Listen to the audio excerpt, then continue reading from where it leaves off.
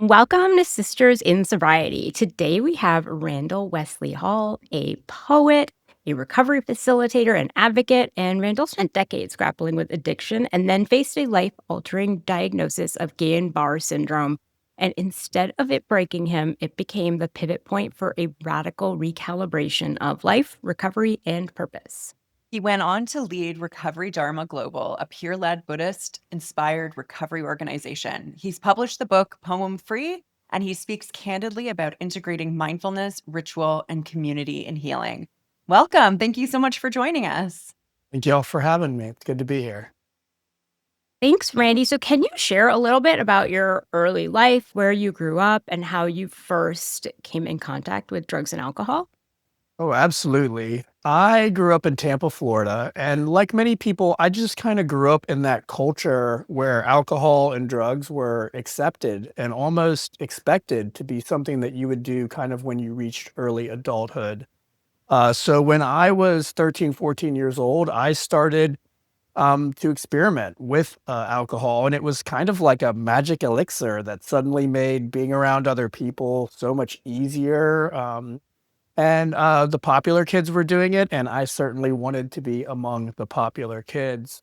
I realized really quickly, though, that I was not doing it like other people were doing it. They could kind of pick it up and put it down, whereas I would drink until I got sick, and then I would start drinking again, and I would sort of drink every night of the week.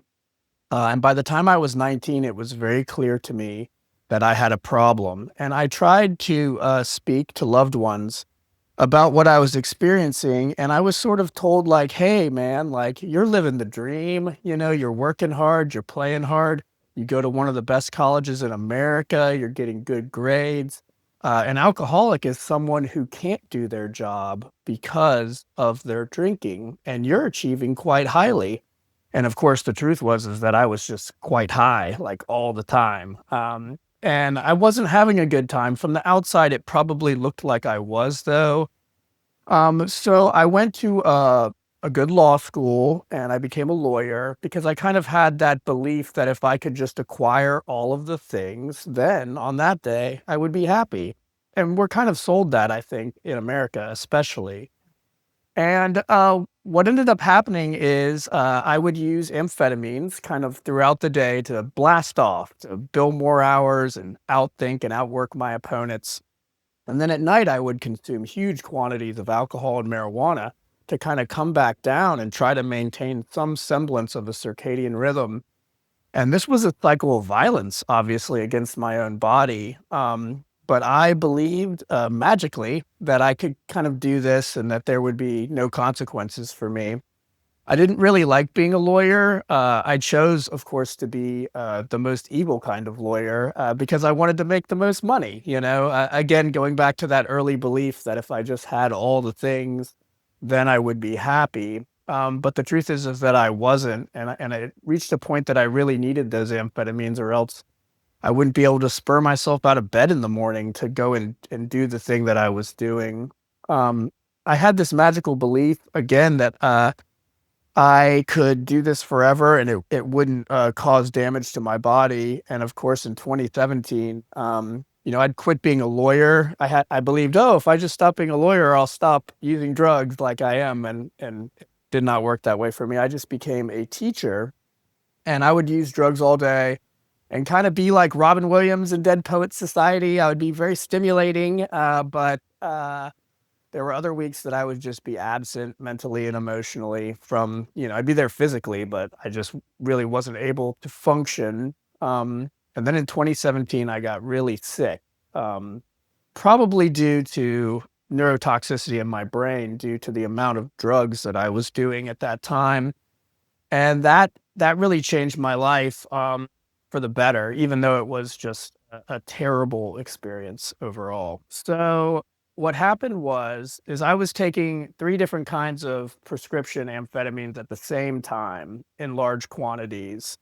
And I'm not really sure what that does to your brain, but I can tell you what happened to my brain, which is I was coaching my daughter's under 6 soccer game. And as an under 6 soccer coach, you have to kind of run around on the field and like corral the children because they kind of swarm like a bumblebee. And both of my feet went numb at the same time. And then over the course of the next 48 hours, a tingling sensation started ascending up my legs, up to the top of my head and in from my fingers towards my torso. And I went to the emergency room and I was diagnosed with something called Guillain-Barré syndrome, which is a rare autoimmune disease where the myelin sheath that kind of encapsulates your nerves throughout your body is damaged. And then damage is done to the underlying axons. So I lost the ability to communicate from my brain to the rest of my body. And I experienced just a really painful neuropathy from, again, the top of my head to the tips of my toes. So I spent 45 days in the neuro ICU at the University of Alabama Birmingham Hospital, just totally locked inside my body, unable to communicate, unable to breathe on a ventilator, feeding tube. Again, just in like pure physical pain. It's almost like that intense neuropathy all over your body, kind of like being on fire or electrical zapping. But much worse than that was the psychological and emotional just torture of being locked inside my body and unable to communicate to anyone how scared I was, how near death I was. And then on top of that, withdrawing from all of my drugs and alcohol. My gosh. Yeah, it was Mhm. very difficult. Um, so after that, I went to a special hospital in Atlanta, Georgia, called the Shepherd Center for several months, and they kind of put me back together like the $6 million man. And it almost cost that much for them to do it. And by the time I returned to Mhm. Birmingham, it had been about half a year, and I could walk again and talk again and do all of the things. And I finally was strong enough that I could drive independently. And when I tell you that the first place I drove was the bar and the second place was, the drug dealer's house, like a lot of people are shocked by that, because after everything that I had gone through, the idea that I would go back to that behavior again is, it obviously is illogical. But the truth is that I now had all of this new trauma and pain to cope with, including physical pain, and I still had no real mechanisms for coping beyond substances. That was really the only thing that I'd ever used to deal with my discomfort. So when the only thing you have is a hammer, everything looks like a nail. And I just went right back to using substances again. And it became very clear at that time that I wasn't going to be able to do it like I had done it before. My body had atrophied to basically nothing. So I needed to make a change. And it was at that point that it was recommended to me that I go to treatment. I tried outpatient treatment. At the end of 5 days, I declared myself healed of addiction. And what had really happened is during those 5 days, they had showed me like, hey, here's all the like trauma work and things that you're gonna have to do. And I was like, no, thank you.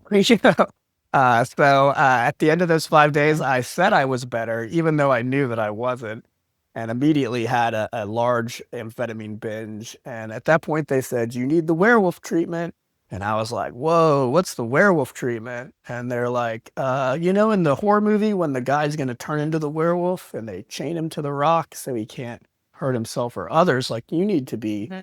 chained to the rock. So they took me to the back to University of Alabama at Birmingham, actually, right across the street from where I had been in the neuro ICU. And I went to the addiction recovery program there, and that was really the beginning of my recovery journey after 25 years of using substances. Can I ask though, you were obviously willing, like you obviously wanted to do the work. It sounds like because you knew even though you did the like 5 days and I'm cured, you still though knew something. Like you still were willing to go to treatment. Absolutely. I had known since I was 19 that I had a problem. The problem for me was that Mhm. I never knew anyone who had gotten better. I never spoke with Ah, anyone who had changed and healed their life in a meaningful way. So I really felt helpless and hopeless. I also had grown up in a household where it wasn't safe to ask for help, or to really have needs. So I had never developed that skill. And as a result, I thought this is just like what life is, and you suffer silently. And, but I had known, I can't tell you how many times I had gone to bed at night and said to myself, okay, this is it. Like tomorrow, you're not going to do this again, you know? And then the next day by 5 p.m. or 2 p.m. or 10 a.m., I was doing the thing again. And that cycle of suffering, that frustration can be demoralizing over the period of many years, you Mm-hmm. know? Mm-hmm. Wow, that's quite an experience you had to get to your path from using to recovery. And I was with you, like when you said, you went through all this physical rehabilitation, mental rehabilitation. This is prior to your drug and alcohol rehabilitation, and that you went to the bar and to your drug dealer. You're right. I was surprised. I'm surprised because you had detox from the substances, but you're so right. You didn't, while you're maybe physically detoxed, you didn't have the coping mechanisms to deal with now the added trauma of what you went through. Absolutely. Yeah. I think that at that point, it became very clear to me that nothing outside of me was going to be able to help me change and heal my life.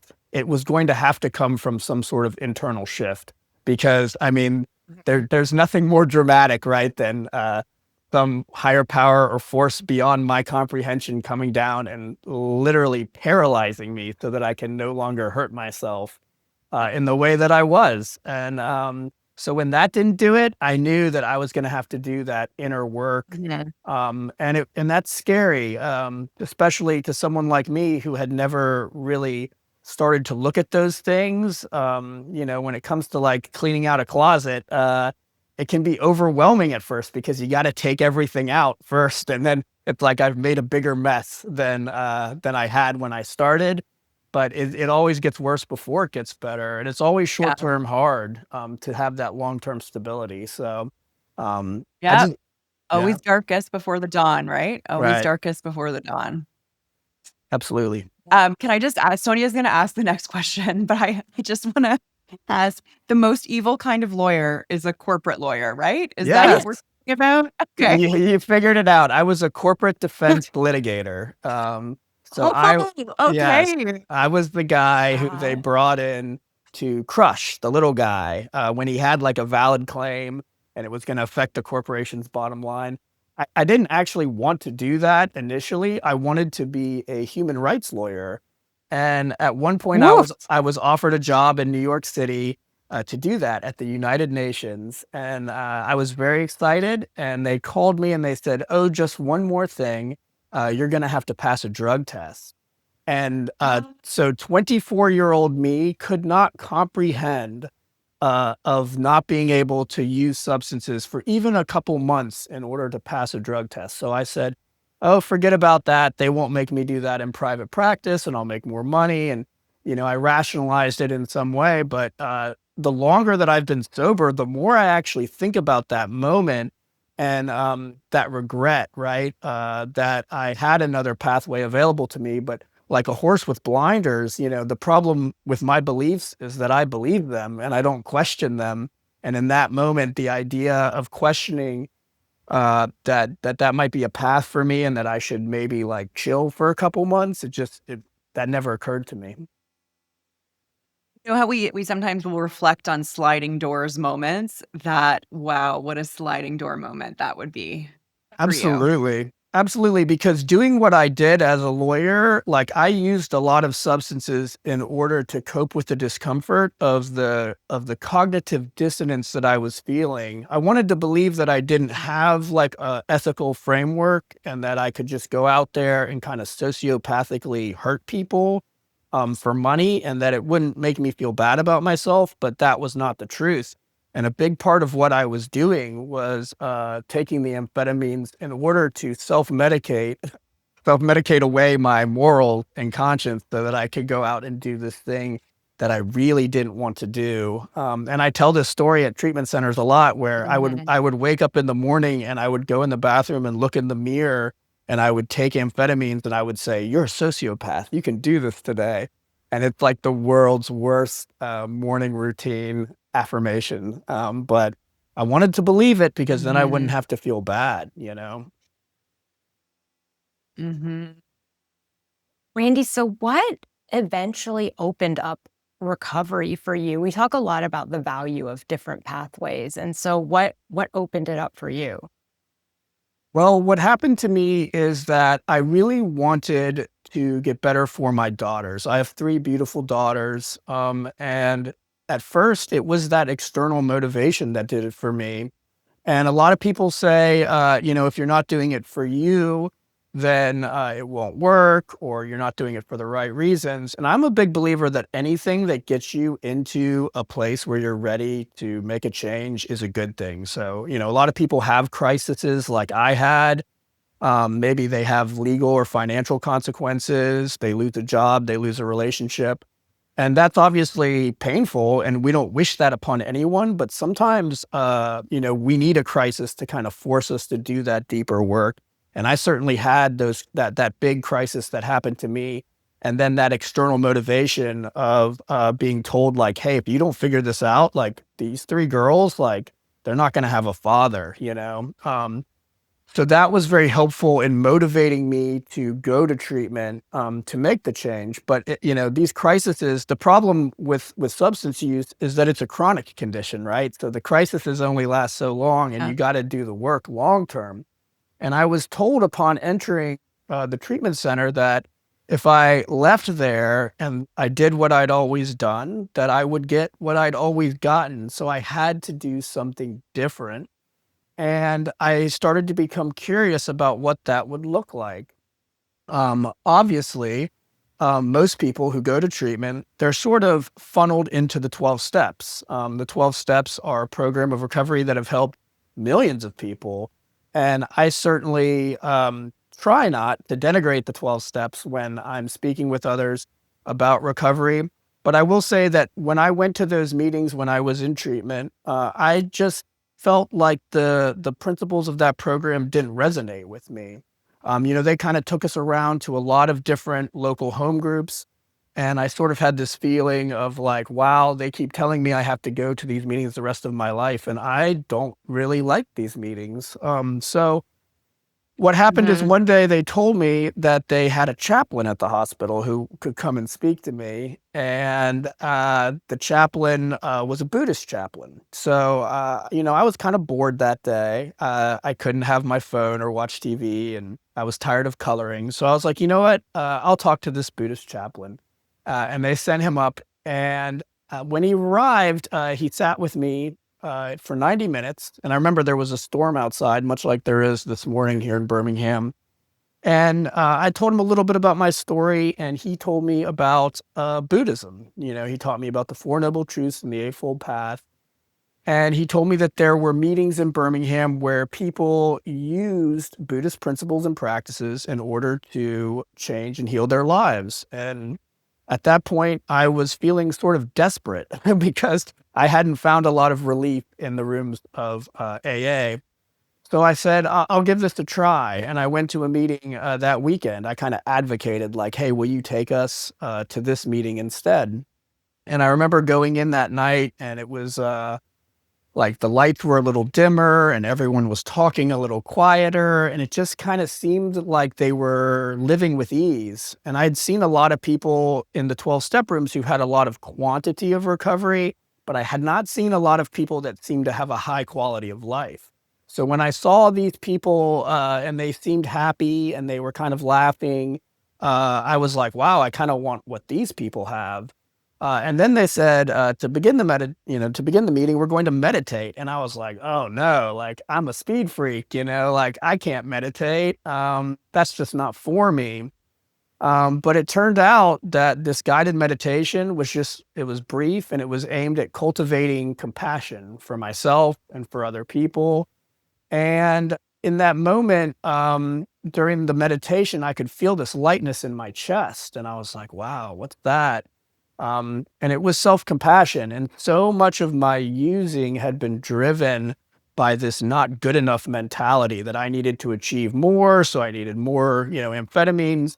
So that idea of self-acceptance and not self-improvement, it was like, I just had this epiphany of like, oh, this is what it's about. It's not about like becoming better. It's about accepting like where I'm at and being okay with that and caring about myself enough to actually take care of myself. Um, so I just thought to myself, I want to keep doing this. And that's what I did. At the same time, I discovered SMART Recovery, and I decided to complement the two programs together. What I love about recovery is that you can choose any pathway, that it's available to you, that it's not one size fits all, because much like one size fits all clothing, it just doesn't fit everyone the same. And obviously, like we're all unique individuals, so surely there's a unique way for each of us to recover that will be best. So by complementing those two programs together, smart recovery being very rational based, great for your mind, observing your thoughts, making healthy choices, recovery dharma being really good for your heart, really good for cultivating that self-compassion and compassion for others. For me, it just made a lot of sense to combine those two. And that being said, I still work the steps. I spent 9 months going through the NA handbook with a sponsor because I was a big believer that the more pillars of support that I could give myself at the beginning of my journey, the better. It's kind of like when they build a building, they put that scaffolding all the way to the top. And then as they build, they take away scaffolding. And my first mentor told me, he's like, hey, man, you were a hardcore drug addict. You're going to have to be a hardcore recovery person. So whatever's available to you, take advantage of it. And that's what I did. So the next question is going to be a two-parter that I have. Can you walk us through how you would apply the Four Noble Truths to recovery and not just theory? So, and that by saying that we haven't really explored, I know the Four Noble Truths, but maybe you can explain for our listeners what they are. Absolutely. So the Four Noble Truths are The sort of, big question. yes, Big question, Randy. it Big is a, question. So take it however you need. thank you.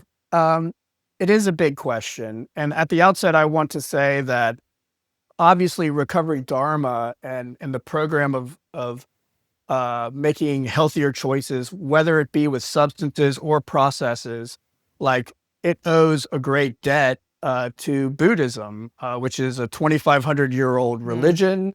And it's sort of, Recovery Dharma has appropriated these practices, meditation, mindfulness, the underlying principles of Buddhism. It's a Buddhist-inspired program, but it's not Buddhist required. So, 98% of people who probably attend Recovery Dharma meetings are not Buddhist, but they're just people who found these teachings to be helpful. The Dharma, which literally translates to the teachings. So the ultimate teaching in Buddhism is the Four Noble Truths, and it's sort of an explanation for the reality of the way things are. The first noble truth is that in life there is suffering. Now, a lot of people hear that and they think of something really cynical, which is that Buddhism is saying that life is suffering. But it's not saying that. It's just saying in life there is suffering. There's also great joy, but in life there is suffering. Whether you live 80 seconds or 80 years, you will suffer. You will experience pain. And much of the suffering that Buddhism is talking about is the suffering that happens between our ears, right? The world acts on us in a certain way. It applies pressure that causes pain, but then we judge things. That shouldn't have happened that way. I should have been better than that, etc. And when I add that level of judgment to things, I'm compounding the suffering that I'm experiencing. So really, when Buddhism talks about freedom from suffering, it's talking about that freedom from the suffering between my ears more so than suffering from the world. Because again, 80 seconds or 80 years, the world will exert pain on me. The second noble truth of Buddhism is that craving is the cause of suffering. People who struggle with substances or process addictions, they certainly understand craving, that craving to do the thing to get the relief, right? That short term relief, that problem of instant gratification. And Buddhism speaks to that, and it says that's part of the human condition, and I would say even beyond that, that's part of the algorithm for life. Even the smallest paramecium wants to move away from something that it doesn't like and toward something that it likes. Humans are just in this really rare position where we can reach for this thing that will give us that instant gratification. So in many ways, our craving is the cause of our suffering. And it's not just our craving for things outside of ourselves like substances. It's our craving for our life to be different than it is. It's craving to be able to control the way that I feel. Um, so recognizing that, Buddhism then moves to the third noble truth, which is that there is a way out of this cycle of suffering. And that's the fourth noble truth, which is the Eightfold Path. And the Eightfold Path is just an ethical framework for living your life. You don't have to believe in anything beyond your own potential to change. And it says that through wise understanding and intention and speech and action and livelihood and effort and mindfulness and concentration, I can live a life where I make skillful decisions and I suffer less. And the less I suffer, the less I'm wanting to reach for that thing that's going to give me the short-term relief from the suffering. So it's really very simple, actually. And through using these practices, I can cultivate more generosity, forgiveness for self and others, compassion, appreciative joy, kindness, empathy, equanimity. And what it looks like on a daily basis is really being intentional. When I use substances, I use them in sort of a ritualistic way. And I need to replace those rituals with new healthy rituals. I need to set intentions in the morning. I need to sit and calm my mind. I need to figure out ways that I can soothe myself, ways that I can dispute beliefs and thoughts that I might have that aren't helpful to me or just aren't true. And the practices of Buddhism kind of provide us with a framework with which we can do that on a daily basis that just feels holistic. It really isn't so much about not doing the thing that's been hurting us. It's more about cultivating a life that is so beautiful that I don't want to do the thing, that the idea of doing the thing then repulses me because it would take me out of this stability and harmony that I've cultivated for myself. It's really interesting to hear you say this. And actually, we interviewed Dr. Judd Brewer a couple of weeks ago. He also integrates Buddhism into his practices and in his recovery. And he's a psychiatrist, though. So you don't necessarily see that often, that it's like Yes. that intentional. But one of his key hallmarks of his program is mindfulness. And I'm curious, how did mindfulness, which can be different, by the way, than meditation, what did mindfulness, how did that help you specifically in your recovery? Absolutely. Again, so much of my suffering was happening between my ears. I have the dominant identity in our cultural society. I'm a straight white Mm, male of means. There is not any external oppression that I have to face on a daily basis here in the United States. Um, so anything that's happening, usually that's causing me a suffering, it's happening here within my ears. There are other people who are subjected to all kinds of systemic oppression. And what I like about Recovery Dharma is it's a safe place that you can go and you can talk about those things without somebody mhm. wagging their finger or telling you to clean up your side of the street or take accountability. Um, so for me, though, so much of my suffering is happening in my mind. It's the stories that I'm telling myself that are causing me to suffer, the ways that I put myself kind of in the corner of being a victim in a situation where maybe I'm not, and maybe I'm actually the villain in the story.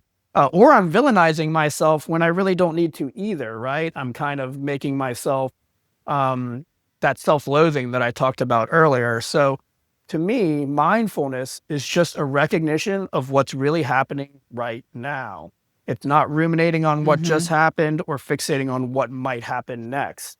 Um, there's ancient practices that are prescribed by Buddhism and have been given like modern names by people like Tara Brach that explain how we can quickly move through our emotions. We can feel our feelings to heal our feelings, because so much of what keeps me stuck and suffering is my resistance to feeling a feeling.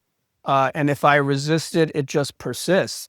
And I really have to have my feelings, or else they'll have me. And that's often what was happening to me during my substance use, right? Is I would take that beach ball of feelings and I would push it down underneath the water. And eventually there's just no way, there's really no escape from feelings. So what mindfulness means to me is that when I'm having a strong emotion, I stop and I pause and I breathe and I just recognize what I'm feeling in that moment. And I give it a name: sadness, anger, I label it. Sometimes just by giving it a name, it takes away some of its power. And then I just focus on where I actually feel that feeling in my body, because feelings are just sensations in the body that we tell ourselves stories about. So I actually find that place in my body, and then I do something revolutionary, which is I put all of my attention on that spot. Um, and I just feel that sensation, that feeling. And when I do that, I notice how it ebbs and flows. And that helps me realize that it's not permanent, that I don't have to do anything to make it go away. I can just like sit in the center of the snow globe and eventually it will settle. At that point, the mindfulness piece, it allows me to inquire deeper into the feeling as well, to ask myself, like, what's really going on here? You know, because oftentimes when I'm feeling hysterical, there's like a historical reason for that. It doesn't really have anything to do with what's happening now. It has to do with what happened before and the stories that I'm telling myself about what's happening now and what it means for the future. So I can inquire deeper. Maybe I'm in line at the grocery store and the guy in front of me has 17 items in the 10 items or less line, and I'm getting really agitated. It doesn't really have anything to do with him. It has to do with times in the past when I felt invisible or my sense of justice or fairness were overlooked. And then finally, mindfulness allows me to nurture myself in that moment. Instead of beating myself up, I can recognize that I'm having a human experience, that it's human to want things to be different than they are, that I can feel this sensation and I can move forward skillfully without reaching for the thing that's going to harm me or cause me more difficulty. It's really just kind of like a narrowing of focus to like what's actually physically happening and how can I move forward in a way that sends those like healing ripples out into the world, instead of doing the thing that hurts someone else or me and then leads to a chain reaction of more pain. And that's what it allows me to do. And by cycling through that, they call it a RAIN technique, right? You recognize how you feel, you allow yourself to feel that way, you inquire into the feeling, and then you nurture yourself. By developing this practice and by practicing it every day, especially in the small moments. So then when the big moments come, I'm prepared. It becomes my default processing technique. I'm able to be present wherever I go. And honestly, if I'm not present, I'm much more likely to make a poor decision, which again, like you mentioned, those sliding doors, like one lead to the next. And so I'm so grateful for the practices of Buddhism, the ways that they have been used by people in the West in order to create these systems where we can suffer less and where we can be where we are. And that recognition of like, we have a better chance to do this too if we go together, you know? It's kind of like, it reminds me not to, like, I go to the meetings a lot still to this day. I cultivate a lot of meetings. And people say like, well, it's been like 7 years. Like, why do you continue to go? And I tell them like, I go because I will forget, you know, like I need to remember Uh-huh. not to forget. So when I go to the spaces and we practice these things together, it's kind of like doing a fitness class or a yoga class. Like by doing it together, there's like a level of accountability and reciprocity and community. And I've always just kind of been of the mindset of like, why not do it together? Like it's just I practice yoga so much better in a group. I will quit if I'm by myself. And it's the same way with Yeah. these meditation and mindfulness practices. So, Randy, when you're talking, I was listening to you say just about being aware of your thoughts and like naming the feelings. Can you talk about what the difference between awareness and judgment is? Absolutely. So the mind wants to judge things. That's what the mind does. The heart, it beats, the lungs, they breathe, the mind, it judges. And there's a reason for that. It's an ancient survival system, right? I need to be judging things. Is this good for me? Is it bad? Etc. In order to survive. And so much of what people call anxiety is kind of like that old functioning run riot. This thing that is trying to keep me safe and trying to be helpful, but in the present moment, I don't necessarily need it to be as reactive as it is. Awareness is much more non-judgmental, even friendly. It's just an opportunity to look at whatever is arising for what it is, instead of, like I was saying before, adding that level of like storytelling to it. The mind loves a story. It wants to create a narrative out of everything. It's very like pleasing to the mind for there to be that narrative arc, right? But sometimes it's not so deep. So frequently, like when I'm having a strong emotion, instead of judging myself, instead of saying, oh, like you shouldn't feel sad, which is kind of illogical because I do feel sad, or you shouldn't feel angry.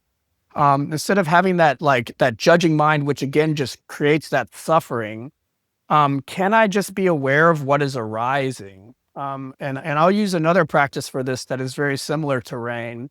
And it's basically a visualization practice where I welcome my demons to tea. So when I have a strong emotion like anger, for example, I will visualize my anger kind of like inside out, right? It's going to be, my demons always kind of look like where the wild things are, though. You know, they're like the big monsters. And I just will visualize that anger demon coming to my house and knocking on the door, and I'll invite it in and I'll smile at it like genuinely and sincerely, like, I am happy that you are here. Like, come in. And I have a pretty pink tea set, and I'll pour my anger some tea, and I'll put my arm around it and I'll say, hey, like, what's really going on here? And it'll say, like, I don't like the way I feel. And I'll be like, oh, I'm sorry. And then I'll hug it and I'll take it to the door and I'll wave goodbye to it. And in that moment, I am like interrupting an old pattern whereby I would be angry and maybe I'd judge myself for being angry. And then that would make me even more angry or sad. Instead, I'd be friendly with it. Like I can welcome it in, I can witness it and like see that I'm suffering, and then I can love on it and let it go. And when I just bring it into my awareness like that and make it feel seen instead of judged, it's amazing how much more quickly and easily I can just surrender and let it go.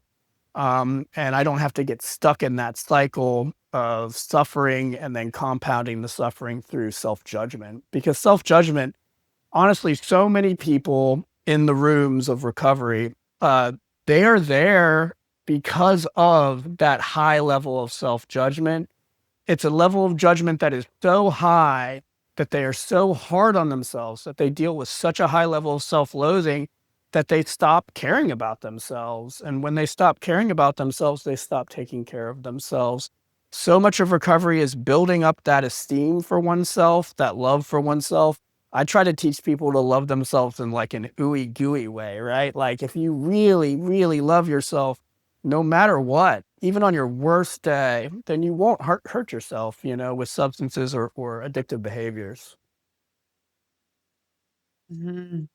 I really like that practice of the what did you call it? The one that's like the where the wild things are. What do you call that practice? It's having tea with your demons. It's again like an ancient practice. Okay. I just love the pretty pink tea set, and what I'm trying to do is I'm bringing that spirit of friendliness and humor to something in the past that would have been really dark and you know kind of like. Instead, I'm smiling at it because whatever feeling has come, and this includes that urge feeling, you know. if anyone who's ever done internal family systems, like we have many different parts. And like part of me is that part of me that wants that short-term relief. And that demon will come to me on a daily basis. I will be driving past the bar and he will come up on my shoulder and he'll be like, "Hey man, do you know what would be nice right now?" And I'm just like, wow, you again, you know? And I remember this guy well because he's been with me for a long time and he wants to help me is the thing. He wants to make me feel good. And Mm. he knows how to make me feel good for a short period of time. He can't perceive the wreckage of the past. He can't see all the future harm that he would cause. He's really trying to help me. He's just really, really bad at it. So when he comes, instead of getting angry with him or getting angry with myself, oh, I should be better by now. It's been 7 years. I've done all this work. Instead of that self-judgment, when he comes, I can be like, oh, there you are. I love you. You're trying to help me. You're telling me that I'm uncomfortable, but you don't get to drive right now because I used to let you drive all the time and you used to wreck the car all the time. But like, I still see you and I witness you. And just like as humans, like that's really, I think, what deep down what we crave. We crave to be seen and heard. Yes. You know, when I'm sitting in the circle with people, I don't need somebody to give me advice or fix me. I just need them to hear me and sit with me in my pain. And then I'll do the same for them, that reciprocity. And that's how the healing happens to me. It doesn't happen necessarily through us fixing each other because I don't really believe that any of us are broken. I think that we're all just having a human experience and it's really hard sometimes. And even to the extent that we are broken, we can be better at being broken by using these practices and doing it together as a community. We can suffer less. And again, the less we suffer, the less we want to reach for that thing that's just compounding the suffering. It's so tempting when we know it's going to give us that short-term relief, but it comes with such long-term consequences, financial, legal, physical, uh, relational, like professional. Like Mm. recovery is just the opposite of that. Like, can I use these practices to sit with my pain short term so that I can have long term stability and growth? And these practices, the way that I interact with the feelings in a friendly way, the visualizations, that's really helpful to me to moving through, like surrendering to it and feeling it, not spiritually bypassing it, but sitting in it for a minute and then moving forward in a skillful way and not getting mired in it like I used to. So, so Buddhism teaches us about impermanence. I think the term is anicca. Is that right? Correct. You know? Okay. Yes. Did learning did did learning that nothing stays the same change your relationship with addiction? Absolutely. I mentioned earlier that the problem with our beliefs is that we believe them. And I used to have a belief that whatever I was feeling was going to feel that way forever. And that the only way that I Yeah. could change it was by using a substance to sort of extricate myself from that feeling of stress or discomfort. So that recognition that I could just sit in the center of the snow globe as the thoughts and feelings swirled around me, and if I was just very still and very grounded, that they would all eventually settle. That was like a real game changer for me, just to recognize and be able to see that urge like a wave and watch it crest and roll back out. And it's also helpful for me to remember that the good feelings, the joy, and those things are also impermanent. Because then when I experience a moment of authentic joy, I really pay attention and allow myself to feel it Mhm. and marinate in it with that recognition again that it will be over soon and that that's okay. And that used to not be available to me either. You know, I used to really seek that, you know, when I use substances, I experienced a very high stimulated euphoria. Um, and I kind of thought that that was joy, but it's really not. It's like Mhm. kind of like the joy of like winning a video game. Like it's not actually real. So in recovery, we are able Mhm. to access this joy that was not available to us in active addiction. In active addiction, we not only numbed the sad things, but we also numbed those feelings of authentic, genuine joy and happiness. So to be able to experience those now and notice when it's happening, and the interesting thing is it's never actually happening when I expect it to happen again, right? Like the big moments, sometimes they don't feel so, you feel kind of flat and you're like, oh man. But then in a small moment, you can experience such tremendous joy. And it's beautiful to recognize that it's always available to me. So absolutely, impermanence is one of the hallmarks of the human condition, of the world, along with interconnectedness. And it's a beautiful thing to recognize it and be able to employ it uh, as a strategy, again, to kind of remember what I'm doing and why I'm doing it, um, in order to keep myself safe and connected. Thank you. I love that. I love that answer. I think it's, I often will say to my clients in my practice, this too shall pass, because, and it's that, right? It's in a sense that, because, and one of the key parts that you mentioned is that joy also, this too shall pass. So how do we appreciate also when we're in those moments, because this too shall pass? Yeah. Really? But for someone who's listening that is feeling stuck and still sort of in that grip of addiction, what would you say to them today? What's something small they can do today to start moving in the right direction?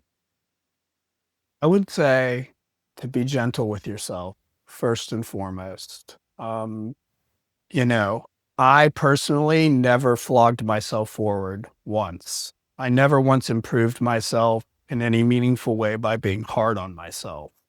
So I would encourage them to recognize that what they're going through is something that a lot of people go through. And that the good news is that a lot of people have recovered and have changed and healed their life. Um, Now, I would tell them that it gets easier, but it's never easy. And that in order to really like optimize their ability to transform their lives, it's probably best at this point to seek out the opinion of someone with more education and experience than they have with the problem. Because to the extent that their thinking got them into the problem, it's probably not going to get them out. So going to another person, asking for help, especially a person who's like a therapeutic professional who has, a deeper understanding and has seen this type of thing before, preferably somebody who has lived experience as well, honestly, somebody who has been through this themselves. I always say, like, if I'm going to try to get out of a hole, I'd like to learn from somebody who got out of the same hole, and didn't just read books about it.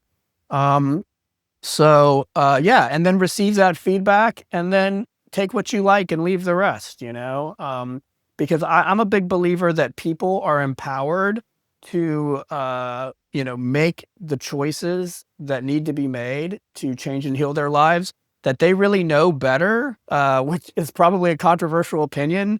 But I believe that people intuitively know what works for them and what doesn't. It's just a matter of building and maintaining the motivation to do the thing. When I work with people, and that's what I do now, I am a peer support specialist. I work for a nonprofit called the Addiction Prevention Coalition, and I cultivate healing circles of people like all around Central Alabama, whether it be Recovery Dharma meetings or SMART Recovery meetings, or we have pre-shift Ben's Friends meetings, which are for people in the hospitality industry. We have an art lab meeting that we've recently started, really just trying to create places where people can go to receive that reciprocity, that community. Because again, it's so much harder to do in isolation. I won't say that you can't do it, but it's much harder to do it alone. So I would encourage people to seek out spaces like that and just go to as many of them as they are able, until they find one where they feel like they belong and they feel like they can say the hard thing. Because once you can sit in that circle and say the hard thing, that's how the healing's going to happen. And again, it's not going to happen by somebody telling you, giving you a 5-point plan of what you need to do. So much of it is going to happen in just expressing that secret thing, that thing that you felt so much shame about, and then looking around the room and seeing the pressure behind people's eyes and recognizing that they know what you're talking about, that they understand it because they've experienced it, and that they accept you, and that they don't judge you, and that they feel compassion for you. And then that's the moment when it's like, oh, I can feel that for me too. It gives me that permission to forgive myself and to care for myself so that I take care of myself. I think that is the best advice I've heard in a long time, and I wish I had known um, that there were other pathways and other people and other ways to go about it earlier than I did. And so Absolutely. thank you so much, Randy. Yeah, thanks for being with us. I learned so much from our conversation. I actually think I'm going to go to a Recovery Dharma meeting in the next week. So I'm kind of excited now. Awesome. Well, there's over 800 meetings, and many of them are online, and many of them are wonderful for beginners. So if you go to recoverydharma.org, you will see all of them there on the meeting list. So I encourage everyone just to be curious. If you're like me, you don't necessarily know what's going to be good for you. Like if you told me that Buddhist-inspired recovery would be part of my path, I would have thought that that was not possible. So many times it's important for me to try the thing to actually experientially see how it feels in my body. Because yeah, I don't know what I like and I don't know what's good for me. And just because I don't necessarily like something doesn't mean it's not good for me. So it's important to be curious. And we change too. Like I still will test out an AA meeting a couple of times a year just to see, if Oh, something resonates, if something's changed for me. absolutely. And what works for me at 6 months might not work for me at 6 years anymore. So the great thing about having multiple pathways of recovery is that I can adapt and evolve as my recovery adapts and evolves. And I don't have to get into that rigidity that you see with some people where they're like, these are the things that I do to stay sober. And it's like, well, like you're not having a good time. And if you're not having a good time, you're in trouble. So I just always encourage people just to be curious and try different things and see what works. Because, again, I want to believe that I know what works for me, but I frequently don't. So it's good to have multiple choices. Yeah, and I love that. Take what works for you and leave the rest. That really, yeah, that resonates with me. So thank you, Randy, for being with us. And thank you all for listening to Sisters in Sobriety. And we will see you next week.